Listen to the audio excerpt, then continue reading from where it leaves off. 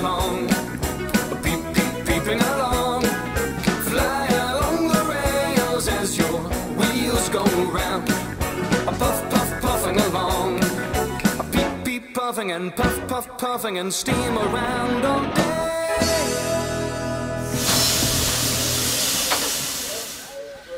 After Gordon's Hill, there is a small bridge that goes over a road. Recently, men were seen mending the tracks and replacing ballast there.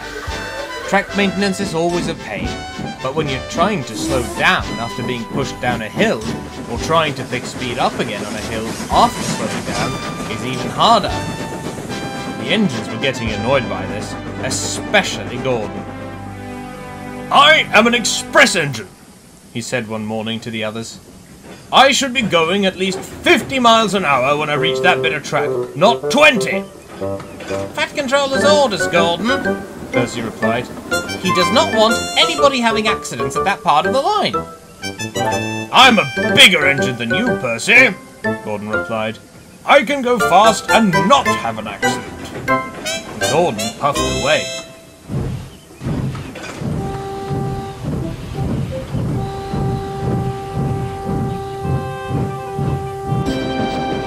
For the next few days, Gordon tried to go fast at that bit of line.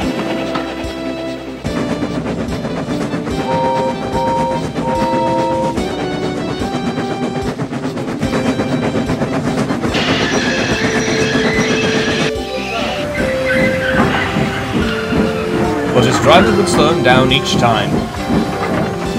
And each time his driver did this, Gordon would complain to the others at the sheds. The other engines tried to take no notice, but Percy was having enough. "I don't get it," Percy told Edward. "Gordon is grumbling non-stop, and it is getting on my nerves. I remember an engine who complained a lot before you arrived. His name was Brandon, and he and Gordon were close friends," Edward said. "Luckily he got his comeuppance, and I assume Gordon will as well." "I hope so," Percy muttered. A few days later, the Fat Controller came to see Gordon. "Gordon, I need you to take a goods train to the end of the line. Donald and Douglas will take the express for you." "But sir," Gordon replied. "Really useful engines do as they're told," said the Fat Controller. And Gordon, groaning, went to get his trucks. Gordon was soon thundering along the main line, but he was not enjoying himself. He knew what came after Wellsworth, the bridge. "Can't we just go fast one time at the bridge?" Gordon asked his driver. "No, Gordon," his driver replied. "We don't want to have an accident."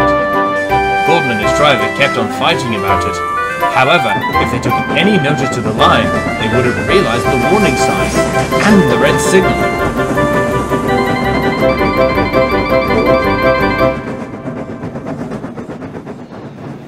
Gordon struggled up the hill, with the silly trucks holding him back.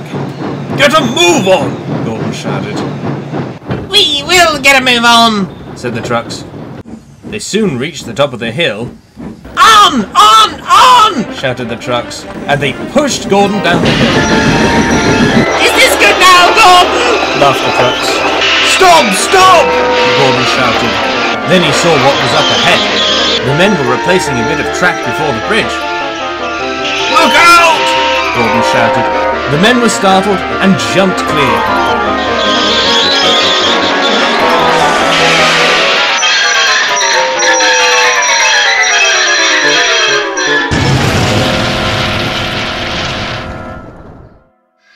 Gordon opened his eyes.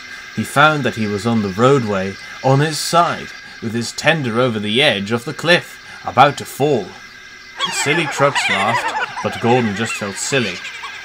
"Get the cranes, quickly!" shouted a workman.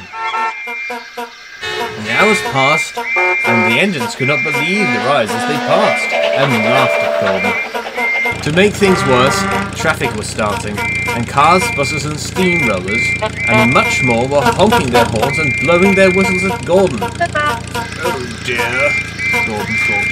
I am a silly engine. After a few hours, Percy arrived with the cranes. He could not help but laugh at Gordon.